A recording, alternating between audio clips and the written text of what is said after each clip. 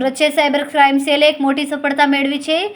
તેમણે વોટ્સએપ પર બનાવટી આરટીઓ ઈ ચલણની એપ ફાઇલ મોકલીને ઓનલાઈન નાણાકીય છેતરપિંડી આચરતી ઝારખંડની કુખ્યાત જામતારા ગેંગના સભ્યોને કોલકાતા ખાતેથી ઝડપી પાડ્યા.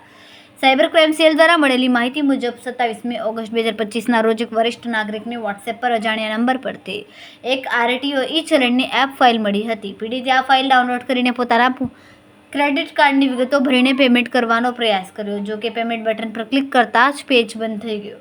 બાદમાં પીડિતાને શંકા જતાં તેમણે તે ફાઇલ ડિલીટ કરી નાખી હતી. પરંતુ થોડા સમય બાદ તેમને બેંકના મેસેજ મળ્યા હતા, જેમાં ખાતામાંથી કુલ 2,45,000 ઓનલાઈન ટ્રાન્સફર થઈ ગયા હોવાનું જણાવ્યું હતું. આ ઘટના બાદ તાત્કાલિક સાયબર ક્રાઇમ હેલ્પલાઇન નંબર 1930 પર ફરિયાદ નોંધવામાં આવી.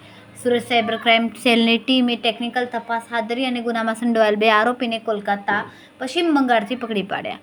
આ આરોપીઓ ગુના દ્વારા મળેલા નાણાં મુખ્ય આરોપીને મોકલી આપતા હતા. કોર્ટે આરોપીઓના 4 દિવસના રિમાન્ડ મંજૂર કર્યા છે અને વધુ તપાસ ચાલી રહી છે.